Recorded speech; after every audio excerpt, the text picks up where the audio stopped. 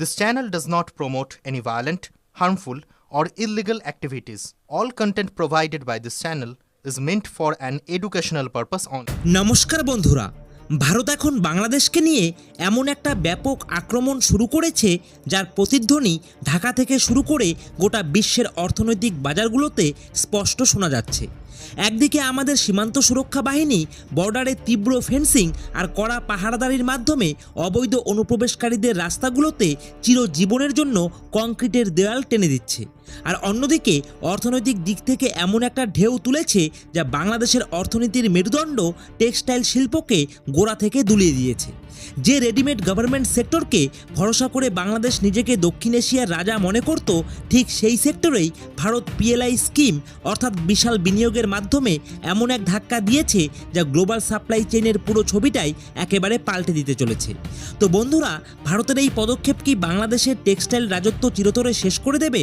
আসলে কেন ভারতের ম্যানমেড ফাইবার আর টেকনিক্যাল টেক্সটাইল সেক্টরে এত বড় ধরনের বিনিয়োগ ঢাকার নীতি নির্মাতাদের কাছে সবচেয়ে বড় হুমকির ঘণ্টা বাজিয়েছে? তো বন্ধুরা, পোশাক শিল্পের ময়দানে ভারত যে বড় পদক্ষেপ নিয়েছে তা সরাসরি একটা অর্থনৈতিক যুদ্ধ, যার মোকাবেলা করা এখনকার জন্য কোনো প্রতিবেশী দেশের পক্ষে সম্ভব নয়। দেশীয় ম্যানুফ্যাকচারিংকে আকাশ ছোঁয়ার জন্য ভারত সরকার পিএলআই অর্থাৎ প্রোডাকশন লিঙ্কড ইনসেন্টিভ স্কিমের তৃতীয় ধাপে 22টা নতুন কোম্পানিকে অনুমোদন দিয়েছে। এই এক সিদ্ধান্তের মাধ্যমে টেক্সটাইলের সম্পূর্ণ ভ্যালু চেইনে 2339 কোটি টাকার বেশি বিনিয়োগের সরাসরি রাস্তা খুলে গেছে। যখন এই নতুন প্রকল্পগুলো পুরোপুরি বাস্তবে নেমে আসবে, তখন শুধু এই 22টি কোম্পানির মাধ্যমে 15,561 কোটি টাকার টার্নওভার তৈরি হবে, আর এর পাশাপাশি 36,000-এরও বেশি মানুষের কাজের সুযোগ সৃষ্টি হবে, যা আমাদের ইকোনমিতে এক চমকপ্রদ উন্নতি এনে দেবে। এই তৃতীয় ধাপের অনুমোদনের পর এখন পর্যন্ত পিএলআই স্কিমের আওতায় নির্বাচিত মোট কোম্পানির সংখ্যা পৌঁছে গেছে 96-এ। এই 96টি কোম্পানি মিলে মোট 12,822 কোটি টাকা বিনিয়োগ করার বড় অঙ্গীকার করেছে। এই বিশাল বিনিয়োগ থেকে প্রায় 58,000 কোটি টাকার বেশি ব্যবসার প্রত্যাশা করা হচ্ছে। আর এই সময়ে বাংলাদেশের রেডিমেড গার্মেন্টস ইন্ডাস্ট্রি প্রায় $50 বিলিয়ন রাজস্ব আয় করে এবং এই একটি সেক্টরের ওপর তাদের পুরো অর্থনীতি নির্ভর করে। কিন্তু এখন ভারতের এই আগ্রাসী অর্থনৈতিক নীতি বাংলাদেশিদের রাতের ঘুম হারাম করে দিয়েছে। গ্লোবাল ক্রেতারা এখন দ্রুত সেই বাজারের দিকে তাকাচ্ছে যেখানে কাঁচামাল, প্রযুক্তি, বিদ্যুৎ সরবরাহ আর উৎপাদন সক্ষমতা একসঙ্গে বিশাল পরিমাণে এক জায়গায় রয়েছে। এবার আপনাদের বুঝতে হবে বাংলাদেশের টেক্সটাইল ইন্ডাস্ট্রির শুরুর পেছনের আসল ভিত্তি কী ছিল। তো বন্ধুরা, এখনও পর্যন্ত তারা ছিল লিস্ট ডেভেলপড কান্ট্রি অর্থাৎ এলডিসি ক্যাটাগরির মধ্যে, যার কারণে পশ্চিমাদের দেশে তাদের পোশাকগুলো কোনো প্রকার কর বা ডিউটির বাইরে চলে যেত। কিন্তু খুব শীঘ্রই তাদের এই এলডিসি স্ট্যাটাস শেষ হয়ে যাবে, যার সাথে সাথেই তাদের ওপর ডিউটি পড়বে, তাদের কাপড়ের দাম অনেকটাই বেড়ে যাবে। আর এই সঠিক মুহূর্তের সুযোগ নিয়ে ভারত এক মাস্টার স্ট্রোক দিয়েছে। ভারত শুধু পিএলআই পর্যন্ত নিজেকে সীমাবদ্ধ রাখেনি, বরং পিএম মিত্র পরিকল্পনার আওতায় দেশের চারদিকে 7টা মেগা টেক্সটাইল পার্কের নেটওয়ার্ক তৈরি করা হচ্ছে। এই পার্কগুলো প্লাগ অ্যান্ড প্লে মডেলে কাজ করবে, যেখানে কোম্পানিগুলো শুধু তাদের মেশিনগুলো বসাবে আর তাদের কাজ শুরু করে দেবে। বিদ্যুৎ, জল, রাস্তা আর পোর্টের সংযোগ সবকিছু ভারত সরকার নিজে থেকে দেবে। যখন ভারতের ইনফ্রাস্ট্রাকচার এতটাই হাইটেক হয়ে যাবে, তখন বিদেশি ব্র্যান্ডগুলো ঢাকার পুরনো আর খারাপ অবস্থায় থাকা কারখানাগুলিতে কেন যাবে? সারা বিশ্বের ফ্যাশন আর কাপড়ের বাজার এখন শুধু সাধারণ সুতি সুতো পর্যন্ত সীমাবদ্ধ নেই। এখন চাহিদা পড়েছে সিনথেটিক আর টেকনিক্যাল কাপড়ের ওপর, আর ভারত ঠিক এই পালসটাই ধরেছে আর পুরো ফোকাস দিয়েছে মানুষের তৈরি ফাইবারের পোশাক, কৃত্রিম ফেব্রিক আর টেকনিক্যাল টেক্সটাইলের ওপরে। সেটা হোক মেডিকেলের ক্ষেত্রে ব্যবহৃত পিপি কিট বা স্পেশাল ফেব্রিক, অটোমোবাইল ইন্ডাস্ট্রির এয়ারব্যাগ হোক, জিও টেক্সটাইল হিসেবে হাইওয়েতে বানাতে যে মেটেরিয়াল লাগে, আর আমাদের নিরাপত্তা বাহিনীর জন্য তৈরি আধুনিক বুলেট প্রুফ এবং ওয়েদার প্রুফ স্যুটস হোক, সব জায়গায় টেকনিক্যাল টেক্সটাইলের চাহিদা রকেটের গতিতে বাড়ছে। বাংলাদেশ আজও বেশিরভাগ সময় বেসিক টি শার্ট আর সুতির কাপড় তৈরিতে আটকে আছে, আর ভারত এই উচ্চ বৃদ্ধির সেগমেন্টের ভেতরে নিজেকে সবচেয়ে বড় গ্লোবাল ম্যানুফ্যাকচারিং হাবে রূপ দিতে চলেছে। যখন দেশের ভেতরেই world class ecosystem system developed হয়ে যাবে, তখন অ্যাপেল আর স্যামসাংয়ের মতো টেক্সটাইলের বড় বড় বিদেশি ব্র্যান্ডও স্বয়ংক্রিয়ভাবে ভারতের দিকে ঝুঁকে পড়বে, আর প্রতিবেশী দেশগুলোর অর্থনীতি একদম থমকে যাবে। অর্থনৈতিক দিক থেকে এই শক্তিশালী ধাক্কা দেওয়ার সঙ্গে সঙ্গে গ্রাউন্ড লেভেলেও ভারতের সীমানাগুলোকে লোহার দুর্গে পরিণত করা শুরু করেছে। পশ্চিমবঙ্গের কোচবিহার জেলার শেষ গ্রাম উত্তর অন্দরান খড়খড়িয়া এর সবচেয়ে বড় উদাহরণ। 3 বিঘা করিডোরের কাছে মেকলিগঞ্জ আর কুচলিবাড়ি সীমান্তের কাছে অবস্থিত এই এলাকা চারদিক থেকেই বিদেশি জমি মানে লালমনিরহাট জেলার অঙ্গরপোতা আর দহগ্রাম দিয়ে ঘেরা রয়েছে। তো বন্ধুরা, পশ্চিমবঙ্গ আর বাংলাদেশের সাথে লাগা প্রায় 2217 কিলোমিটার দীর্ঘ আন্তর্জাতিক সীমার এই জায়গাটা সবচেয়ে জটিল আর সবচেয়ে সংবেদনশীল এলাকা। অনেক দিন ধরে কাঁটাতারের বেড়া না হওয়ার কারণে এই জায়গাটা সীমার ওই পাশ থেকে অপরাধীদের জন্য একটা খোলা চারণক্ষেত্র হয়ে গেছে। এখানকার স্থানীয় লোকেরা প্রতিদিন বাইরের দুষ্কৃতীদের সরাসরি হয়রানি আর দাদাগিরির সামনে পড়তে হয়। এই পুরো এলাকার ভৌগোলিক গঠন এমন যে কেউ অচেনা মানুষ বুঝতেই পারে না যে কখন সে ভারতের মাটির বাইরে বেরিয়ে প্রতিবেশী দেশের সীমানার ভেতরে ঢুকে গেছে।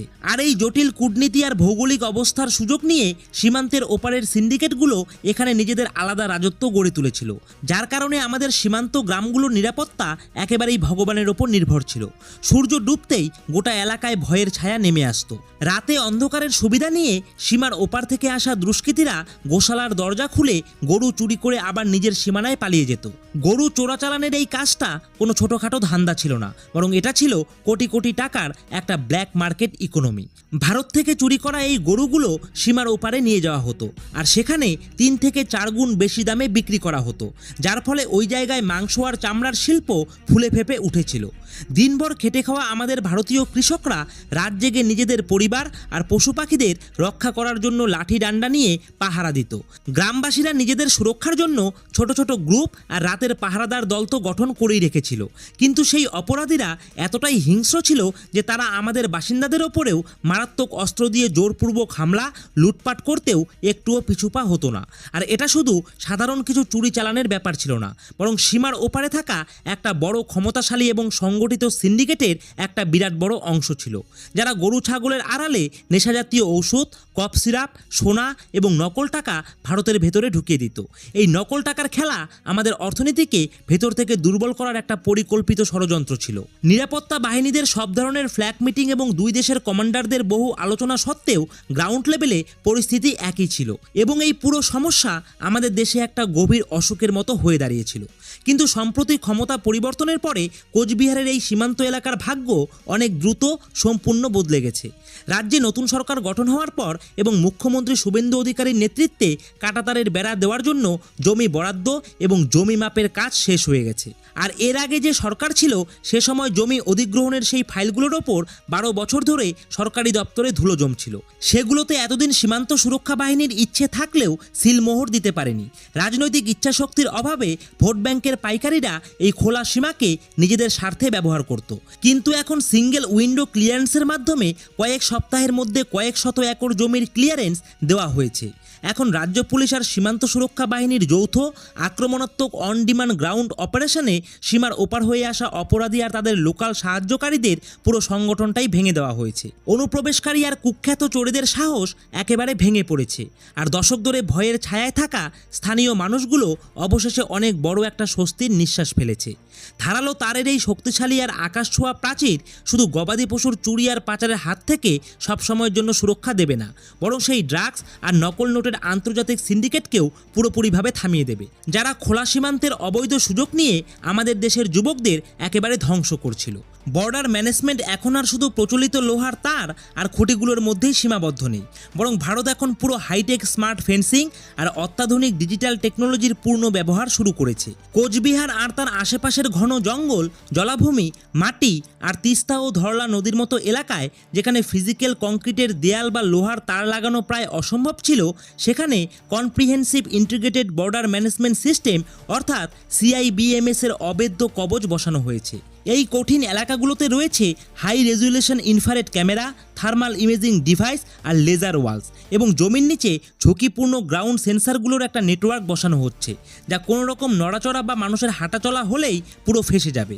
আকাশ থেকে সারাক্ষণ সার্ভিলেন্স ড্রোন আর মাইক্রো অ্যারো স্ট্যাটাস 24 ঘন্টা লাইভ ফিড সরাসরি কমান্ড সেন্টারে পাঠাচ্ছে, যাতে পুরনো সিকিউরিটি সিস্টেমের ক্যামেরায় যেসব ব্লাইন্ড স্পট ছিল সেগুলো আর কখনো না থাকে। এখন কোনো পাখি বা কোনো অনুপ্রবেশকারীদের গ্রুপ নদীর পথ ধরে বা ঘন কুয়াশার আড়ালে সীমানা পেরোনোর সাহস দেখালে নজরদারির এই আধুনিক ও অভেদ্য ডিজিটাল নিরাপত্তা বলয়ের কারণে কেউ আর নিরাপত্তা বাহিনীর চোখ এড়িয়ে যেতে পারবে না।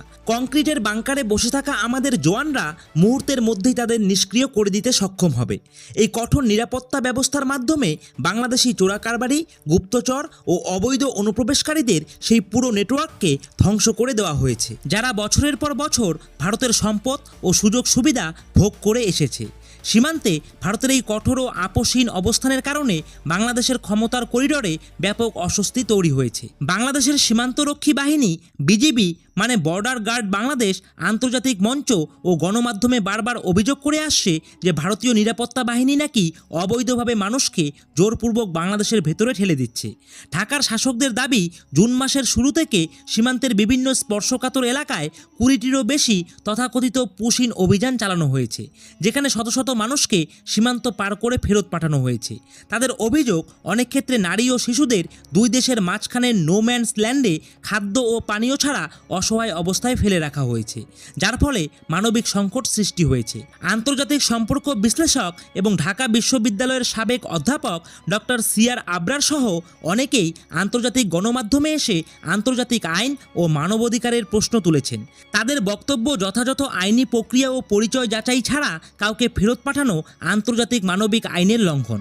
তবে এই সমালোচকদের বোঝা উচিত যে ভারত বলেছে যে তারা কোনো নিরীহ মানুষকে হয়রানি করছে না, বরং যারা বৈধ পাসপোর্ট, ভিসা বা প্রয়োজনীয় নথি ছাড়াই দেশে প্রবেশ করেছে এবং অবৈধভাবে বসতি স্থাপন করে সরকারি সুবিধা ভোগ করছে তাদের নিজ দেশে ফেরত পাঠানো হচ্ছে। যে কোনো স্বাধীন ও সার্বভৌম রাষ্ট্রের প্রথম দায়িত্ব হলো নিজের নাগরিকদের অধিকার রক্ষা করা, আভ্যন্তরীণ নিরাপত্তা নিশ্চিত করা এবং সীমান্তবর্তী অঞ্চলের জনসংখ্যাগত ভারসাম্য বজায় রাখা। পশ্চিমবঙ্গ ও আসামের কিছু সীমান্তবর্তী জেলায় গত কয়েক দশকে জনসংখ্যার যে পরিবর্তন ঘটেছে তা ভারতের জাতীয় নিরাপত্তার জন্য উদ্বেগের কারণ হিসাবে তুলে ধরা হচ্ছে। ভারতের অবস্থান হলো, যারা অবৈধভাবে দেশে প্রবেশ করে রেশন কার্ড, ভোটার আইডি এবং বিভিন্ন সরকারি প্রকল্পের সুবিধা নিয়েছে তাদের নিজের দেশে ফেরত পাঠানো কোনো মানবিক সংকট নয়, বরং এটি একটি সার্বভৌম রাষ্ট্রের সাংবিধানিক অধিকার। ভারত আরও স্পষ্ট করেছে যে এই বিষয়ে আন্তর্জাতিক চাপ, বিদেশি প্রচার বা মানবাধিকার সংগঠনের সমালোচনার সামনে তারা কোনোভাবেই নতি স্বীকার করবে না। সীমান্তে যে উত্তেজনা দেখা যাচ্ছে তা শুধু কাঁটাতারের বেড়া বা অনুপ্রবেশ ঠেকানোর মধ্যে সীমাবদ্ধ নয়, এর সঙ্গে গভীর কূটনৈতিক ও ভূরাজনৈতিক বিষয়ও জড়িয়ে আছে। বাংলাদেশে ঘটে যাওয়া এই ক্ষমতার পালাবদলের পর প্রধানমন্ত্রী তারেক রহমানের নেতৃত্বাধীন বিএনপি অর্থাৎ বাংলাদেশ ন্যাশনালিস্ট পার্টির সরকার ক্ষমতায় আসার পর থেকেই দুই দেশের কূটনৈতিক সম্পর্কের মধ্যে অবিশ্বাসের এক অত্যন্ত প্রশস্ত এবং গভীর খাত সৃষ্টি হয়েছে। বিএনপি সরকারের ভেতরে থাকা বহু কট্টরপন্থী তথ্য এবং তাদের সমর্থকেরা প্রকাশ্যে ইন্ডিয়া আউটের মতো ক্যাম্পেইন চালায়, আবার তারাই ভারতকে নানা ধরনের উপদেশ দিতে থাকে। ভারতীয় পণ্যের বয়কটের দাবি তুলে তারা নিজেদের আভ্যন্তরীণ রাজনীতিকে উজ্জ্বল করার চেষ্টা করছে। ঢাকার নতুন সরকার পৃথিবীকে দেখানোর জন্য ভারতীয় নাগরিকদের ভিসা পরিষেবা স্বাভাবিক করার নাটক করে থাকলেও ভারত তার চাণক্য নীতির অধীনে কৌশলগতভাবে এখনও অত্যন্ত সীমিত সংখ্যায় এবং কঠোর যাচাই বাছাইয়ের পরেই বাংলাদেশি নাগরিকদের ভিসা দেওয়ার কঠোর ও অপরিবর্তনীয় নীতি বজায় রেখেছে।